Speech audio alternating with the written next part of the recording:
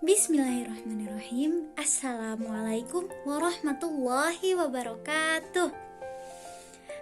Teman-teman semua, perkenalkan saya dari kelompok 7 beserta 2 orang anggota lainnya, yaitu Siti Roshidah juga Wiwit Awaliyah. Hari ini kami akan mempresentasikan mengenai jenis-jenis permasalahan pada peserta didik. Nah, untuk mempersingkat waktu, kita langsung saja masuk ke materi pertama dari Siti Roshidah yang akan menjelaskan pengertian permasalahan pada peserta didik. Assalamualaikum warahmatullahi wabarakatuh. Perkenalkan, nama saya Siti Roshidah, NIM 1192020230, kelas 4 PAIF dari kelompok 7. Di sini, saya akan menjelaskan tentang pengertian masalah dan ciri-ciri masalah. Yang pertama yaitu pengertian masalah. Masalah adalah ketidaksesuaian antara harapan dengan kenyataan. Ada yang melihat sebagai tidak terpenuhinya kebutuhan seseorang, dan ada pula yang mengartikannya sebagai suatu hal yang tidak mengenakan. Mengemukakan tentang masalah. Masalah adalah suatu yang tidak disukai adanya, menimbulkan kesulitan bagi diri sendiri dan orang lain, ingin atau perlu dihilangkan. Sedangkan menurut pengertian secara psikologis, belajar merupakan suatu proses perubahan, yaitu perubahan dalam tingkah laku sebagai hasil dari interaksi dengan lingkungannya dalam memenuhi kebutuhan hidupnya. Yang kedua yaitu ciri-ciri masalah.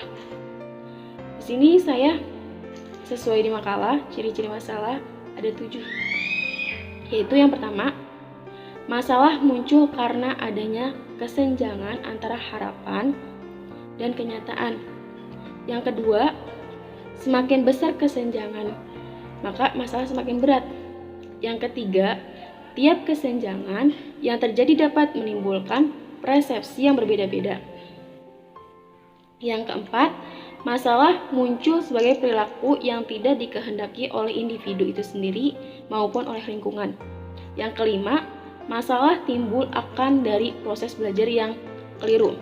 Yang keenam, masalah memerlukan berbagai pernyataan dasar yang perlu dijawab. Yang terakhir, yang ketujuh, yaitu masalah dapat bersifat individu maupun kelompok.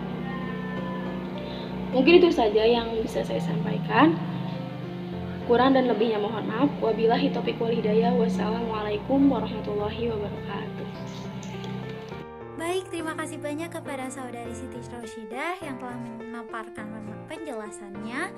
Sekarang saya akan menjelaskan mengenai jenis-jenis peserta didik.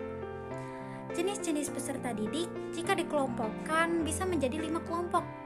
Permasalahan apa saja itu? Nah, yang pertama itu ada learning disorder atau kekacauan dalam belajar. Maksudnya kayak gimana sih keadaan learning disorder ini? Keadaan di mana proses belajar itu terganggu karena adanya respon yang bertentangan. Pada dasarnya, orang yang mengalami kekacauan belajar, potensi dasarnya tidak terganggu, akan tetapi belajarnya lah yang terganggu, sehingga hasil belajar yang dicapai itu kurang maksimal. Nah, contohnya kayak gimana untuk learning disorder ini? Contohnya seperti seorang peserta didik yang sudah terbiasa atau terlatih dalam melakukan olahraga seperti karate atau silat, tinju. Itu kan olahraga yang keras ya. Nah, akan mengalami kesulitan ketika belajar menari atau belajar sesuatu dengan gerakan yang gemah-gemulai. Maksudnya kayak gimana sih? Nah, orang yang udah terbiasa untuk melakukan kegiatan atau olahraga yang keras itu kan sudah terbiasa dalam berolahraganya tuh dengan full power gitu ya. Gerakan-gerakannya itu kasar, sehingga ketika dituntut untuk melakukan gerakan yang bertentangan, yang gemah-gemulai gitu, itu akan kesulitan dan menghasilkan hasil yang kurang maksimal. Nah, yang kedua itu ada learning dysfunction. Apa tuh learning dysfunction? Ini merupakan gejala di mana proses belajar yang dilakukan siswa itu tidak berfungsi dengan baik, meskipun sebenarnya siswa tersebut tidak menunjukkan adanya subnormalitas mental, gangguan alat indera, maupun gangguan psikologis lainnya. Nah, untuk contohnya itu seperti halnya seorang siswa yang memiliki postur tubuh tinggi, itu kan biasanya bagusnya untuk menjadi seorang atlet ya, entah itu atlet voli atau atlet basket gitu. Akan tetapi karena dia tidak pernah melatih tubuhnya, sehingga potensi yang dia miliki itu menjadi tidak maksimal. Jadi dia nggak bisa melakukan atau menguasai permainan voli dengan baik. Seperti itu. Nah, yang ketiga itu ada underachiever. Apa tuh underachiever? Yaitu mengacu pada siswa yang sesungguhnya memiliki tingkat potensi intelektual yang sangat tinggi, akan tetapi prestasi belajarnya tergolong rendah. Contohnya, seperti halnya di sekolah diadakan sebuah tes IQ ya, atau tes kecerdasan. Nah, seorang siswa itu memiliki hasil IQ yang cukup tinggi. Itu misalnya hasil IQ-nya 130 sampai 140. Itu udah tergolong tinggi banget kan ya. Akan tetapi pada kenyataannya ketika di sekolah, dia justru tergolong siswa yang lamban dalam belajar atau prestasinya itu di bawah rata-rata. Nah, seperti itu contoh dari underachiever. Kita lanjut ke yang keempat, itu ada slow learner atau lambat dalam belajar. Slow learner ini adalah siswa yang lambat dalam proses belajar sehingga ia membutuhkan waktu yang jauh lebih lama dibandingkan sekelompok siswa lain yang memiliki taraf potensi intelektual yang sama. Ini menjadi suatu permasalahan yang mungkin paling sering kita temui ya, dan sudah tidak asing lagi untuk kita temui di lingkungan sekolah manapun. Dan selanjutnya yang terakhir itu adalah learning disabilities atau ketidakmampuan dalam belajar. Nah, hal ini mengacu pada gejala di mana siswa tidak mampu belajar atau siswa tersebut justru menghindari belajar, sehingga hasil belajarnya di bawah dari potensi yang dimilikinya. Ini sangat disayangkan sekali ya. Nah, teman-teman mungkin cukup sekian penjelasan saya mengenai 5 jenis-jenis permasalahan peserta didik. Kita lanjut ke materi selanjutnya. Kepada saudari Wiwit Awaliyah, waktu dan tempat saya persilahkan. Assalamualaikum warahmatullahi wabarakatuh. Di sini saya akan menjelaskan tentang faktor-faktor yang mempengaruhi munculnya masalah pada peserta didik di sekolah. Yang pertama, ada faktor internal, di mana faktor internal ini disebabkan oleh kebiasaan dan sikap yang salah, seperti kurangnya perhatian dan minat terhadap pelajaran sekolah, malas dalam belajar, kelemahan emosional, siswa atau siswi sering merasa kurang aman, tidak bisa menyesuaikan diri, tercekam rasa takut, benci dan antipati, serta ketidakmatangan dalam emosinya.